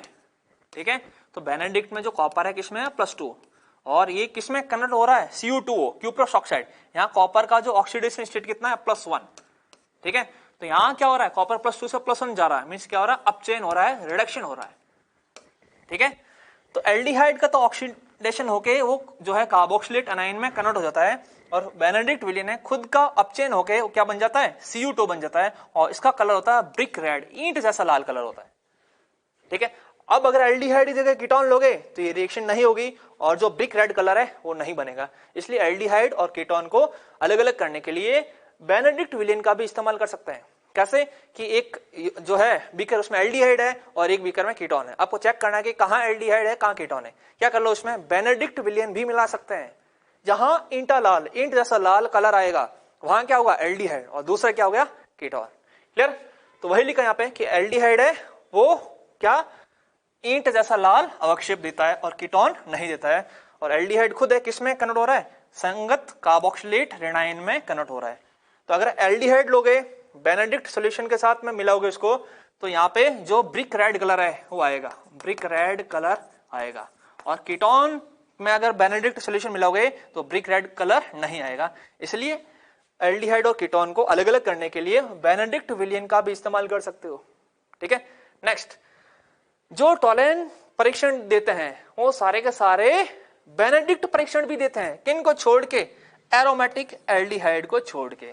कहने का मतलब आपको aromatic aldehyde for example benzaldehyde को ऑक्सीकृत करना है, आपके सामने तीन चॉइस है, पहला टॉलेन, दूसरा फेलिंग और तीसरा जो है बेनेडिक्ट सॉल्यूशन।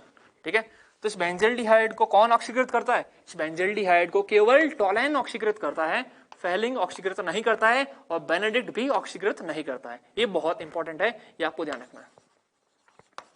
ठीक है, कि अगर बेंजल्डिहाइड को ऑक्सीकृत करना है तो केवल और केवल टोलैन ही इसको ऑक्सीकृत करता है, फेलिंग और बेनेडिक्ट इसको ऑक्सीकृत नहीं करता है। क्लियर? तो इसके बाद में हम कुछ एग्जांपल्स कर रहे हैं। अगर आपको टॉपिक समझ में आ गया तो ये क्वेश्चन आप कर सकते हो। ठीक है, तो वीडियो को पॉज करो और इनके आंसर सोचो। तो इनका आंसर आगे होंगे तो बताइए। फर्स्ट क्वेश्चन है, इसका आंसर, इन दोनों को विभेदित करना है। सबसे पहले विभेदित कब होगा? कोई दो यौगिक है, इनको विभेदित करना है, तो विभेदित कब होगा? जब इन दोनों में से एक तो रिएक्शन करे और दूसरा रिएक्शन नहीं करे, तभी तो ये दोनों आपस में विभेदित होगा। सबसे पहले क्या है, ये एल्डिहाइड है और कीटोन है। और कौन सा एल्डिहाइड है? ये एलिफेटिक एल्डिहाइड है। एलिफेटिक एल्डिहाइड है और कीटोन है, इनको विभेदित करना है। किन का इस्तेमाल करोगे? टोलैन, फेलिंग, बेनेडिक्ट, किसका इस्तेमाल कर सकते हैं? सबसे पहले, क्या ये एल्डिहाइड टोलैन के साथ रिएक्शन करेगा? बिल्कुल, ये टोलैन तो सारे एल्डिहाइड के साथ रिएक्शन करेगा। तो टोलैन इसके साथ में चांदी चमकाएगा और कीटोन के साथ में चांदी नहीं चमकाएगा। तो जो है इस्तेमाल कर सकते हो। ठीक है, जो टोलैन है वो इस एल्डिहाइड के साथ में तो सिल्वर मिरर देगा और इस कीटोन के साथ में सिल्वर मिरर नहीं देगा। तो एक के साथ रिएक्शन कर रहा है, दूसरे के साथ रिएक्शन नहीं कर रहा है, तो इसका यूज कर सकते हैं हम इन दोनों को जो है विभेदित करने के लिए। दूसरा, अगर आप फेलिंग लोगे तो फेलिंग भी ये एलिफेटिक एल्डिहाइड है, तो इसके साथ में भूरा लाल कलर देगा और इसके साथ में भूरा लाल कलर नहीं देगा। तो इसको भी इस्तेमाल कर सकते हो इन दोनों को विभेदित करने के लिए। थर्ड है बेनेडिक्ट विलियन। जब बेनेडिक्ट विलियन लोगे तो वो भी इस एल्डिहाइड के साथ में रिएक्शन करके ईंट जैसा लाल जो अवक्षेप देगा और इसके साथ रिएक्शन नहीं करेगा। तो बेनेडिक्ट सॉल्यूशन का भी इस्तेमाल कर सकते हो इन दोनों को विभेदित करने के लिए। क्लियर? अब सेकंड क्वेश्चन बिल्कुल सेम है। यहाँ क्या था? एलिफेटिक एल्डिहाइड था, हमने क्या कर दिया, इस एलिफेटिक एल्डिहाइड की जगह क्या कर दिया, यहाँ पे एरोमेटिक एल्डिहाइड कर दिया। ठीक है, अब ये आंसर बताएं। पहला टोलैन, क्या टोलैन ले सकते हैं? जब टोलैन के साथ इसकी क्रिया करोगे तो ये कौन सा एरोमेटिक एल्डिहाइड है? एरोमेटिक एल्डिहाइड टोलैन के साथ रिएक्शन कर देता है और क्या बन जाएगा? सिल्वर मिरर बन जाएगा। बट कीटोन के साथ रिएक्शन नहीं करेगा। तो एक के साथ रिएक्शन कर रहा है, दूसरे के साथ रिएक्शन नहीं कर रहा है, तो इसका इस्तेमाल कर सकते हो आप इन दोनों को विभेदित करने के लिए। दूसरा फेलिंग, क्या फेलिंग इस एल्डिहाइड के साथ रिएक्शन करेगा? नो, इसके साथ रिएक्शन नहीं करेगा, बिकॉज ये एरोमेटिक एल्डिहाइड है। तो यहां भी रिएक्शन नहीं करेगा और यहां भी रिएक्शन नहीं करेगा, तो इससे विभेदित नहीं हो सकता। जैसा कि मैंने बोला, विभेदित कब होगा? जब एक तो रिएक्शन करे, दूसरा रिएक्शन नहीं करे, तब वो विभेदित होगा। ठीक है। थर्ड, क्या आप बेनेडिक्ट ले सकते हैं? तो चेक करो इन दोनों में से कौन कौन बेनेडिक्ट के साथ में रिएक्शन करेगा। क्या बेनेडिक्ट के साथ में ये एल्डिहाइड रिएक्शन करेगा? ये एल्डिहाइड रिएक्शन नहीं करेगा, बिकॉज ये एरोमेटिक एल्डिहाइड है। ये भी रिएक्शन नहीं करेगा और ये भी रिएक्शन नहीं करेगा, तो बेनेडिक्ट से इन दोनों को हम विभेदित नहीं कर सकते। क्लियर? उसके बाद में थर्ड क्वेश्चन है, यहाँ पे दोनों ही एल्डिहाइड है, बट ये एलिफेटिक एल्डिहाइड है और एक एरोमेटिक एल्डिहाइड है। तो आपको एलिफेटिक एल्डिहाइड और एरोमेटिक एल्डिहाइड को विभेदित करना है। ठीक है, तो किसका इस्तेमाल कर सकते हैं? अगर आप टोलैन रिएजेंट मिलाओगे तो टोलैन इसके साथ में भी रिएक्शन करेगा, यहां भी सिल्वर मिरर बनाएगा और यहां भी सिल्वर मिरर बना देगा, तो दोनों के साथ में रिएक्शन हो जाएगी। जब दोनों के साथ रिएक्शन हो रहा है मींस विभेदित नहीं हो रहा है। ठीक है, तो इसका इस्तेमाल नहीं कर सकते। सेकंड, क्या फेलिंग सॉल्यूशन ले सकते हैं? जब फेलिंग सॉल्यूशन की रिएक्शन इससे कराओगे तो यहां तो भूरा लाल बन जाएगा, ठीक है, बट इसके साथ में भूरा लाल नहीं बनेगा। ठीक है, तो एक के साथ रिएक्शन हो रहा है, दूसरे के साथ रिएक्शन नहीं हो रहा है। क्लियर? तो इसके इस्तेमाल कर सकते हो इन दोनों को विभेदित करने के लिए। थर्ड, क्या बेनेडिक्ट सॉल्यूशन का इस्तेमाल कर सकते हैं? जब बेनेडिक्ट को इसके साथ मिलाओगे तो ये तो रिएक्शन कर देगा, बट ये रिएक्शन नहीं करेगा।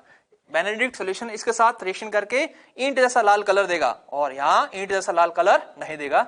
तो एक के साथ रिएक्शन कर रहा है, दूसरे के साथ रिएक्शन नहीं कर रहा है, तो बेनेडिक्ट सॉल्यूशन से भी इन दोनों को जो है विभेदित कर सकते हैं।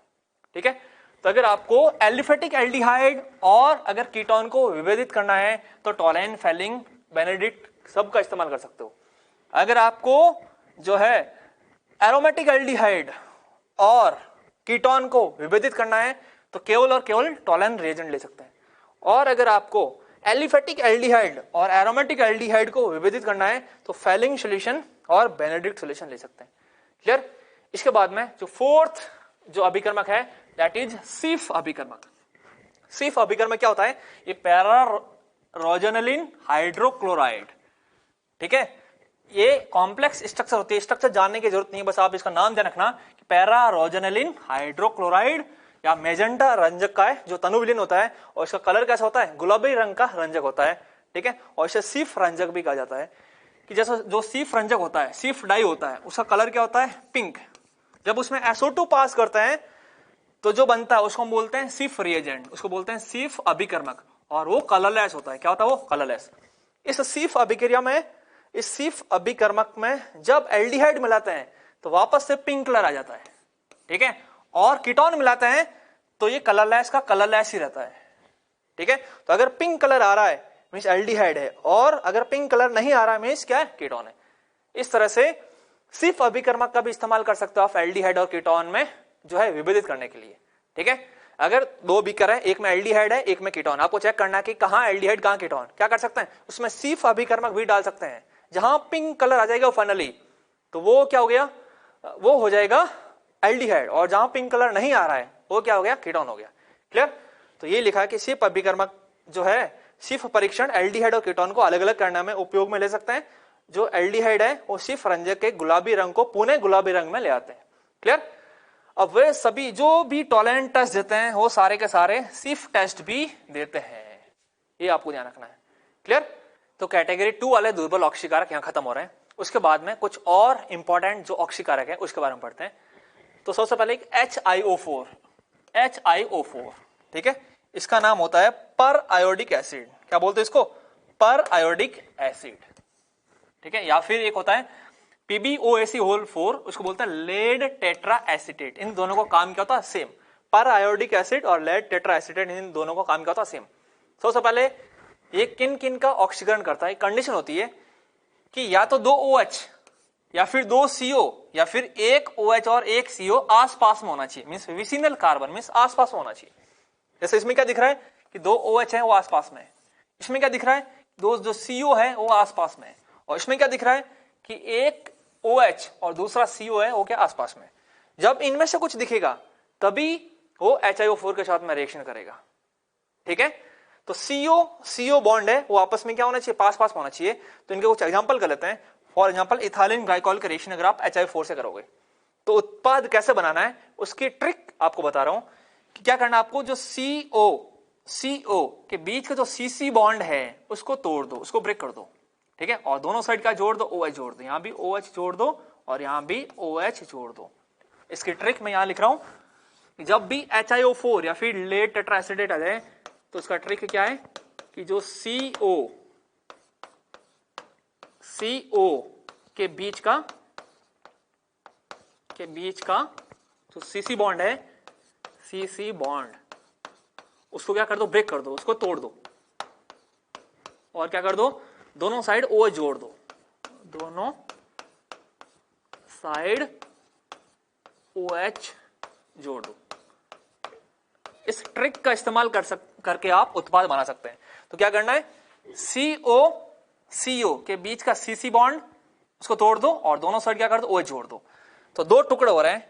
तो इस 2 टुकड़े कौन कौन से हो रहे हैं, यहां CH2OH और यहां भी OH, और दूसरा टुकड़ा देखोगे तो यहां OH और CH2 और यहां भी OH, दोनों सेम टुकड़े हो रहे हैं। और एक कार्बन पे क्या रहा है, 2 OH, और हम जानते हैं कि जब भी एक कार्बन पर 2 OH है तो क्या करते हैं, वाटर निकालते हैं। यहां भी वाटर निकालो और यहां भी वाटर निकालो। जब आप वाटर निकालोगे तो क्या बन जाएगा, फॉर्मेल्डिहाइड बन जाएगा। क्या बन जाएगा यहाँ पे, formaldehyde, HC double bond OH। ठीक है, और यहां भी क्या बनना, फॉर्मेल्डिहाइड। तो फाइनल प्रोडक्ट क्या बन जाएगा, 2 मोल ऑफ फॉर्मेल्डिहाइड। तो जब इथाइलिन ग्लाइकॉल के रिएक्शन HiO4 से कराते हैं तो क्या बनता है, 2 मोल्स ऑफ फॉर्मेल्डिहाइड बनता है। ठीक है, सिमिलरली एक और क्वेश्चन कर सकते हैं कि ग्लिसरॉल के रिएक्शन आपको कराना है HiO4। ट्रिक आप ऑलरेडी जानते हैं, क्या करना है कि CO के बीच का CC बॉन्ड तोड़ दो, CC बॉन्ड तोड़ दो, दोनों साइड OH जोड़ दो। ठीक है, यहां भी क्या करो, CO के बीच का CC बॉन्ड तोड़ दो और दोनों साइड OH जोड़ दो। ठीक है, तो इसके कितने टुकड़े हो रहे हैं, इसका टोटल 3 टुकड़े हो रहे हैं। ऊपर वाला टुकड़ा और सबसे नीचे वाला टुकड़ा क्या है, सेम है, और वो है CH2, यहाँ OH, ठीक है, और OH। तो ये वाला टुकड़ा ऐसा कुछ है, ये वाला टुकड़ा भी ऐसा ही कुछ है, ठीक है। तो दो मॉलिक्यूल तो इसके बन जाएंगे, और जो बीच वाला टुकड़ा है वो बीच वाले टुकड़े में 3 OH ग्रुप आ रहे हैं। तो क्या हो रहा है, CH, यहाँ OH, और यहाँ भी OH, और यहाँ OH बन रहा है, ठीक है। और हम जानते हैं 2 OH से क्या करते हैं, हम वाटर निकालते हैं। 2 OH को मिलकर क्या कर दो, वाटर निकाल दो। जब आप यहाँ से वाटर निकालोगे तो क्या बन जाएगा, CH2O, इसको बोलते हैं फॉर्मेल्डिहाइड। तो क्या बन जाएगा, HC डबल बॉन्ड O और H, 2 मोल्स ऑफ फॉर्मेल्डिहाइड बन रहा है। और इसमें क्या करना है, यहाँ टोटल 3 OH है, 3 में से 2 OH को पकड़ के वाटर निकाल दो। जब यहाँ वाटर निकालोगे तो क्या बन जाएगा, HC double bond OOH, HC double bond OOH, formic acid बन रहा है, ठीक है। तो जब ग्लिसरॉल के रिएक्शन HiO4 से करते हो तो 2 moles of formaldehyde plus 1 mole of formic acid बनता है। यहाँ इनमें HiO4 की जगह आप लेड टेट्रा एसीटेट भी ले सकते हो। जो अगला ऑक्सीडाइजिंग एजेंट है that is selenium dioxide, SiO2, ठीक है। इसका काम बस आपको ध्यान रखना है कि जो कार्बोनिल समूह है उसका अल्फा स्थिति पर ऑक्सीकरण करता है। तो ये जो कार्बोनिल समूह है इसका जो अल्फा कार्बन है, इस अल्फा कार्बन पर CO लाता है। जैसे इसकी रिएक्शन अगर आप SiO2 से कराओगे तो अल्फा है, इस अल्फा पे CO आ जाएगा, तो जो उत्पाद बनेगा वो ऐसा कुछ बनेगा, यहाँ C डबल बॉन्ड O, यहाँ H, और यहाँ भी C डबल बॉन्ड O और H। इसका नाम होता है ग्लाइऑक्सल, ग्लाइऑक्सल बन जाता है, ठीक है। सिमिलरली यहाँ इसकी रिएक्शन भी अगर आप SiO2 से करोगे तो जो ये कीटोन ग्रुप है इसका अल्फा पोजीशन पर CO ग्रुप आ जाएगा। जब अल्फा पे CO लाओगे तो ऐसा कुछ बन जाएगा, यहाँ C डबल बॉन्ड O और यहाँ भी C double bond O, clear. उसके बाद में पॉपऑप्स नियम, ठीक है। जैसा कि हम कीटोन की बात करें, कीटोन का ऑक्सीकरण जैसा कि आपको बताया था कि नॉर्मल कंडीशन पर कीटोन का ऑक्सीकरण नहीं होता है। क्यों नहीं होता है, बिकॉज कीटोन में कोई ऑक्सीडाइजेबल H नहीं है, इसलिए कीटोन का ऑक्सीकरण सामान्य स्थितियों पर नहीं होता है, ठीक है। बट अगर आप हाई टेम्परेचर लेते हो और हाई प्रेशर लेते हो तो उस केस में कीटोन का ऑक्सीकरण हो जाता है। और कीटोन का ऑक्सीकरण कैसे होता है, पॉपऑफ नियम के अनुसार होता है। और पॉपऑफ ने क्या बोला कि जो CO ग्रुप है वो छोटे वाले अल्काइल ग्रुप के साथ में जाएगा। जैसा CO ग्रुप है, CO ग्रुप के लेफ्ट में कौन है, मिथाइल, ठीक है, और राइट में कौन है, इथाइल। इन दोनों में से छोटा कौन है, छोटा मिथाइल, ठीक है। मॉलिक्यूलर वेट के अकॉर्डिंग छोटा कौन है, मिथाइल। तो जो CO ग्रुप है वो छोटे वाले के साथ जाएगा। तो CO ग्रुप मिथाइल के साथ जाएगा या फिर इथाइल के साथ जाएगा, छोटा कौन है, मिथाइल। मिथाइल का मॉलिक्यूलर वेट अणुभार कम है तो मिथाइल क्या है, छोटा है। तो CO ग्रुप मिथाइल के साथ जाएगा। तो CO ग्रुप अगर मिथाइल के साथ जाएगा तो बॉन्ड कहां से टूटेगा, यहां से टूटेगा, ठीक है। अब यहां से बॉन्ड टूटेगा और यहां देखो कितने कार्बन है, 2 कार्बन, तो 2 कार्बन का एसिड बना दो। और राइट में भी कितने 2 कार्बन है, 2 कार्बन का एसिड बना दो, ठीक है। दोनों 2 टुकड़े कर दो और देख लो कि जितने कार्बन है उतने कार्बन का एसिड बना दो। तो लेफ्ट वाले टुकड़े में भी 2 कार्बन है और राइट वाले टुकड़े में भी 2 कार्बन है। तो इधर 2 कार्बन का एसिड ऐसा कुछ बन गया और उधर 2 कार्बन का एसिड ऐसा कुछ बन गया, ठीक है। तो यही लिखा है कि कीटोन का ऑक्सीकरण सामान्यतः प्रबल परिस्थितियों में होता है, मींस उच्च ताप उच्च दाब पर होता है। और इसके ऑक्सीकरण से कार्बन कार्बन जो बंध है, कार्बन कार्बन बंध है वो भी टूट जाता है। और कैसे टूटता है, पॉपऑफ नियम के अनुसार टूटता है, ठीक है। और इससे कार्बोक्सिलिक अम्लों का मिश्रण बनता है। जो कार्बोक्सिलिक अम्लों का क्या बन रहा है, मिश्रण बन रहा है। और पॉपऑफ ने क्या बोला, जो CO समूह है वो छोटे एल्किल समूह के साथ में जाता है। जो CO है वो छोटे एल्किल समूह के साथ में जाता है, क्लियर। तो जो ऑक्सीकरण टॉपिक है वो आपका यहीं खत्म हो रहा है। अगली क्लास में स्टार्ट करेंगे हम रिडक्शन, अपचयन अभिक्रिया।